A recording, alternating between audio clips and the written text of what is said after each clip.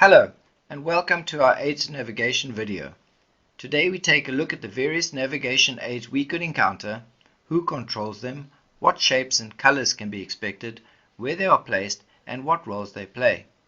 As usual, we'd like to thank everyone for the fantastic comments we have received on our channel. Please go ahead and like, comment, share, subscribe and then hit the bell to receive notifications for new releases. Aids to navigation are like road signs on the water. They tell us where we are and where we're going. They regulate traffic and ensure safe passage for ourselves and other water users. They can take us to interesting places and as well as inform us of any potential dangers we might encounter. Not too long ago, our waterways were regulated and controlled by a large number of different buoyage and navigation systems, and these would vary from region to region. Obviously, this was not ideal and would lead to confusion and dangerous situations. Following some unfortunate incidents and the subsequent loss of life, a decision was made to update and standardize these systems on an international level. Introducing the International Association of Lighthouse Authorities, whose purpose would be to implement a system which would be recognized and accepted globally. Although the system was for the most part standardized, the eventual outcome saw the world split into two regions with slight differences applying to each. Region A includes Africa, Europe, most of Asia, and Australasia. Region B includes the Americas, Philippines, Japan, and some parts of Southeast Asia. Thankfully, the differences in the two regions are not great and can be understood and applied with a little preparation and planning. The standardized aids to navigation are indicated on charts, and by using charts and what we see around us, we can ensure we are safely making way, confirm our position, avoid dangers, and ensure we are not being a hazard to other water users. The problem with charts is that they can be outdated, so it's important to ensure we are using the most recent edition, which can be found as a print date or edition date listed on the chart. To assist us, we can also use nautical almanacs, which give us additional information regarding a certain area and provide valuable tips on what to look out for and what potential conditions we can expect. Notice to mariners are regular updates to changes or proposed changes in an area, and these can be found online or in print and contain the most up-to-date information. If we use Notice to Mariners to update our existing chart and make amendments, it is vital to update the Notice to Mariners publication and record the reference number on our charts and keep them relevant. If you receive charts from others, you would want to see how accurate they could be. We could also make use of electronic chart plotters and GPS, but bear in mind that for these devices, you would have to have an uninterrupted power supply. Your best tools are planning and preparation, and by using as many sources of information as possible, you can minimize potential risks and ensure the safety of your crew and vessel. Our first markers we'll look at are our lateral markers, and it's here where we have to keep our two regions in mind. Their names do not change and neither do their colors. We have a port lateral marker which is red and the starboard lateral marker which is green. They mark channels and entry or exit from harbors and ports. Port lateral markers come in various shapes and can be found indicated on charts in various ways depending on the type and the region. If they are not colored on the chart, their color will be indicated by a color symbol, in this case R for red. If they have a light, we can expect to see the light teardrop, and with any light, we can expect to see a light sequence. Starboard lateral markers come in various shapes and can be indicated on charts in various ways depending on the type and the region. If they are not colored on the chart, their color will be indicated by a color symbol, in this case G for green. If they have a light, we can expect to see the light teardrop, and with any light, we can expect a light sequence. All these slides you see here are posted on our website, and the link is provided in the video details below. Save them on a smartphone or tablet for easier referencing. In Region A, when we enter a channel or area marked with lateral markers, we keep the port lateral marker to the port side of the vessel or on our left. The starboard marker will be on our right. Keep in mind though that when we leave the same channel or area, we can expect to see these markers on the opposite sides.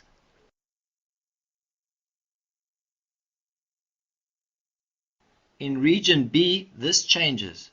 We now use the red right return rule when entering such a channel or area. Our port lateral marker now passes on our right, the starboard marker passes on our left.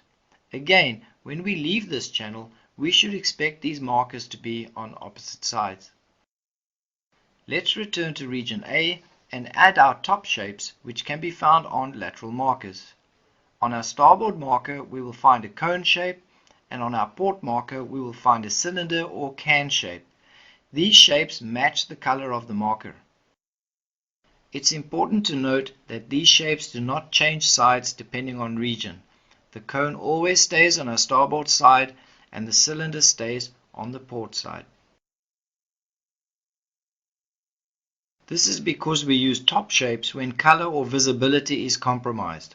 The shapes do not change according to region.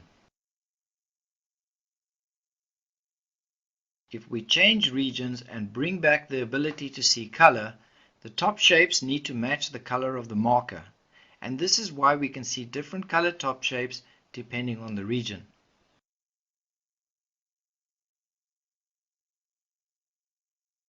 Sometimes we may pass through a channel which splits into two channels, and we need a marker to show us which side of the split to enter. This marker is known as a preferred channel marker, marked with both colors, with one color being a dominant color. The dominant color indicates what type of lateral marker it represents. In keeping with our region A rules, we enter the channel to our left, with the starboard marker on our right side, and in region B, we enter the channel to the right. Should the dominant color be red, this becomes a port lateral marker. Following the rules for region A, we will take the channel to the right, keeping the port lateral marker on our left. Using region B and the red right return rule, we will take the channel to the left. We should also expect this marker to have a top shape, which will show the preferred channel in fading light, with its color matching the dominant color of the marker. Lateral markers could be numbered on charts as well as physically on the actual buoy. These numbers will be in an ascending order as we advance through a channel. Port laterals are always numbered in even numbers, and the starboard laterals are always odd numbers. The numbering of laterals does not change according to region. We still see even numbers on port laterals and odd numbers on starboard laterals in an ascending order as we progress. In region B, our even numbers will be on our right and the odd numbers to our left.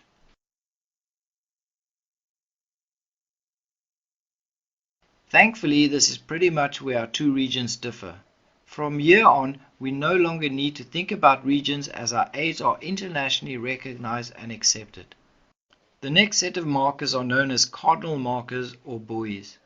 These four markers are identified by their black and yellow markings and their variations of the two top shapes, which are points.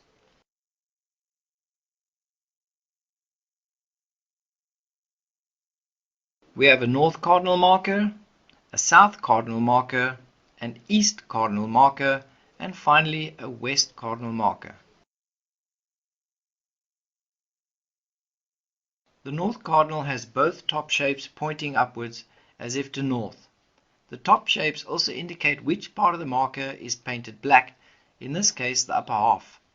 On a chart we can expect to find the north cardinal symbol, its color codes as listed from top to bottom, the light symbol if present, and if we have a light, then we can expect a light sequence.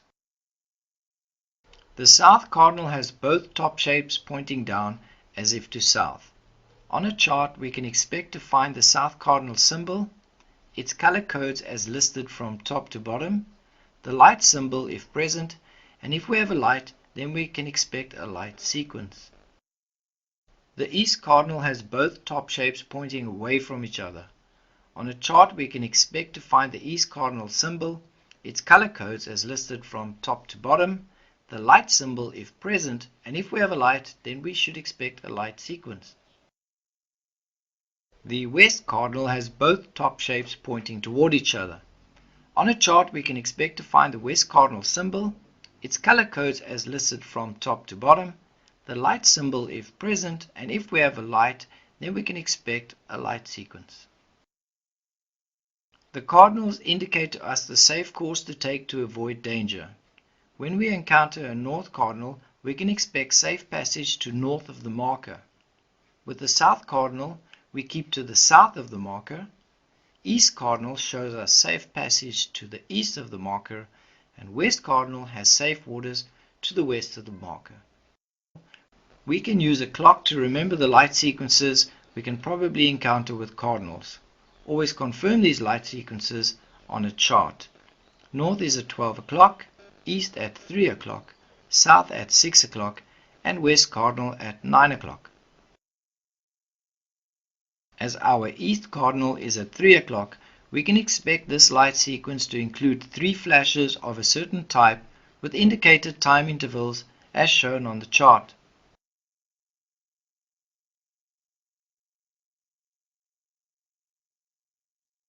The west cardinal is situated at our 9 o'clock position, so here we find or look out for 9 flashes of a certain type which will be indicated on our chart with the set time intervals.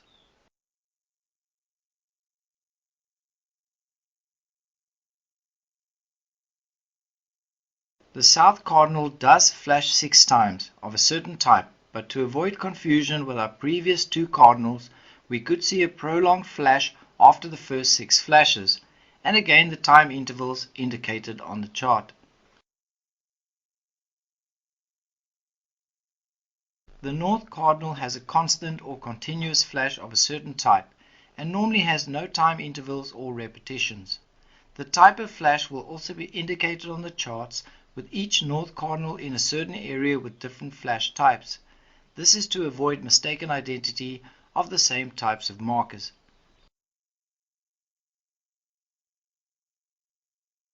Lights assist with navigation and identification of markers in fading light or poor visibility. They can be charted as buoys or also as major lights such as lighthouses. The light is confirmed on the chart by the light symbol or the teardrop. The type of light is indicated, such as in this case a fixed light. A light is a white light unless indicated otherwise. The type indicated here is a flashing white light with its description found on the chart. This could also be a flashing red light as indicated, or it could be a green flashing light. The light could be an alternating flashing light with more colors indicated. Lights can be grouped in sequences with their respective time intervals. A flashing light could also be defined as a quick flashing light. We can also encounter very quick flashing lights. Some lights with a long flash. An occulting light stays on but flashes off. Isophase lights are on and off for the same period of time. Lights could be flashing a Morse code which helps identify the marker or beacon, as in this case the letter A. Some markers, beacons and major lights can be seen on a chart with a magenta ring around its symbol. This ring indicates that the particular beacon or marker also has the ability to be picked up by radar and identified accordingly. A raycon, which is short for radar beacon, can be identified by its indicated letter, in this case the letter A. With a raycon device we can confirm our position and ensure we are on correct course and know what distances are applicable. The radar screen will indicate the raycon identifier in Morse code. Remember to follow the link below to download the info slides for easy referencing and knowledge review.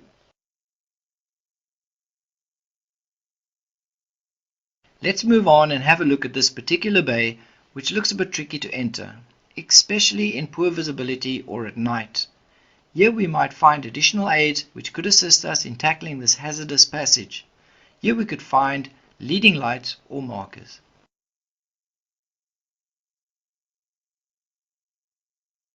So let's get a bit closer and investigate these lights or markers. Our first leading light or marker can be found close to shore, situated quite close to sea level, sometimes even in the water. And our second leading light or marker can be found further inland and on a higher elevation. Together, these two beacons make up the start of a line which shows us which course to take so we can make safe passage into this particular area.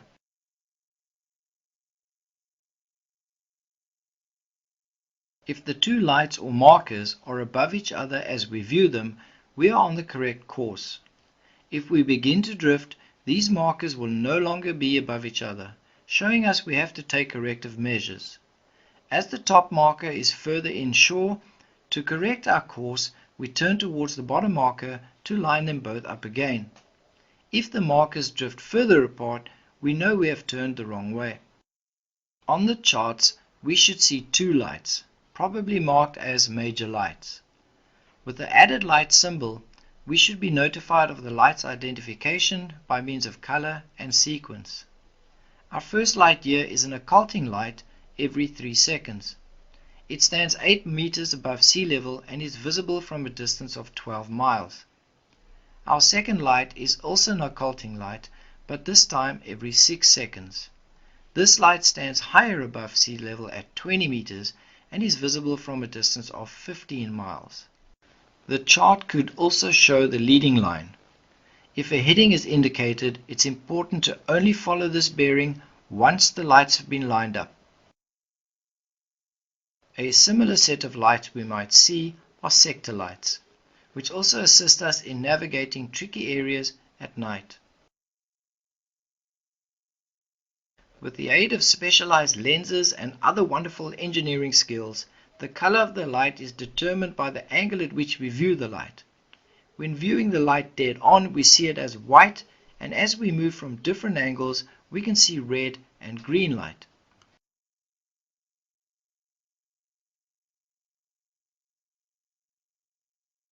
If we are in the safe sector, we see the light as white, and as we drift, we will leave the sector and we will see a light change.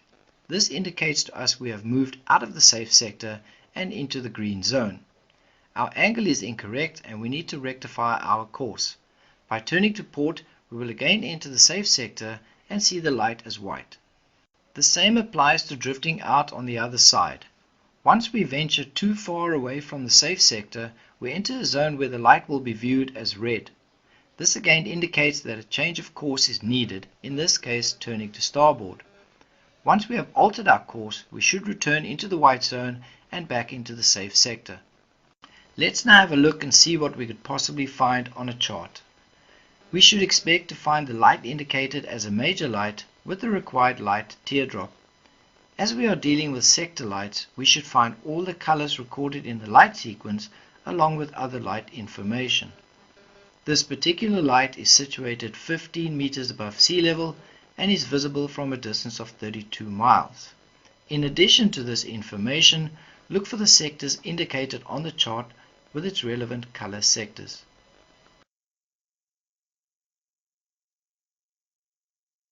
Our next marker is a safe water marker, and its name says it all. On a chart, it should show its distinctive ball top shape.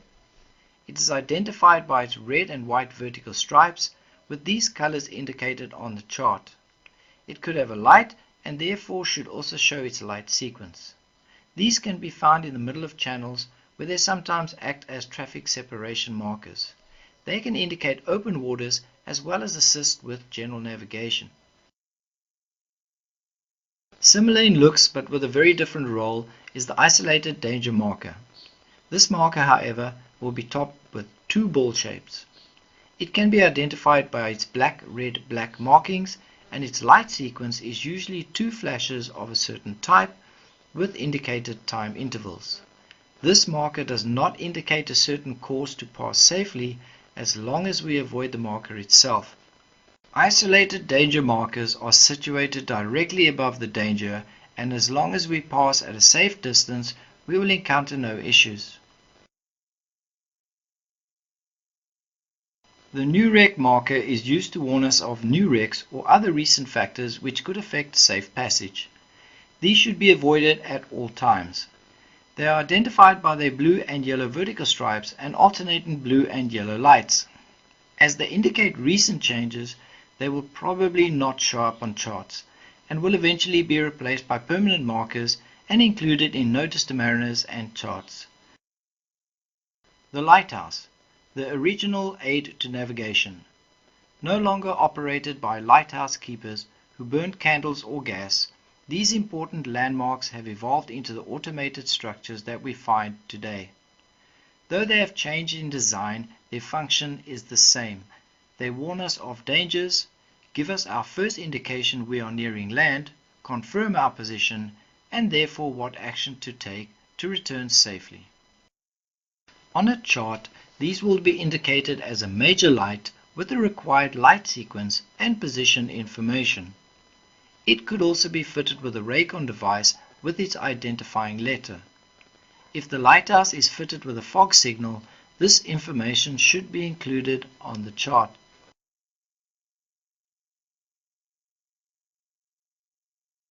Fog signals alert us to our position when we encounter bad visibility. These sound signals can be listed in nautical almanacs, which could include their sound frequency, sequences, and how to activate them digitally if necessary. Be alert and exercise extreme caution in fog, as other vessels may also be sounding fog signals. When we encounter fog, we need to act accordingly and ensure we follow the required steps as defined by maritime law. To aid visibility, we should turn on our navigation lights. Designate someone on dedicated watch. Reduce speed and prepare for evasive action.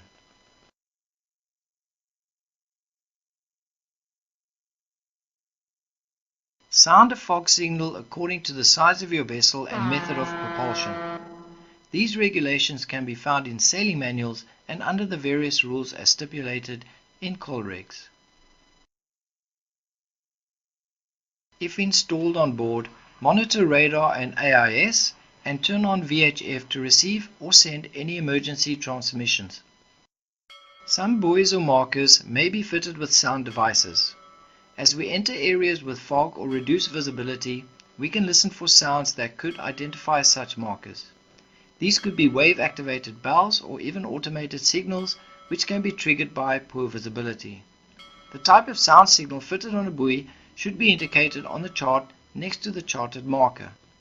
Lighthouses are land-based structures with various features that assist in navigation as mentioned earlier. When a structure with the same features is water-based, it is known as a land-based buoy or marker, a type of floating lighthouse. These large markers should include the same color schemes and descriptions and be found on the charts as follows.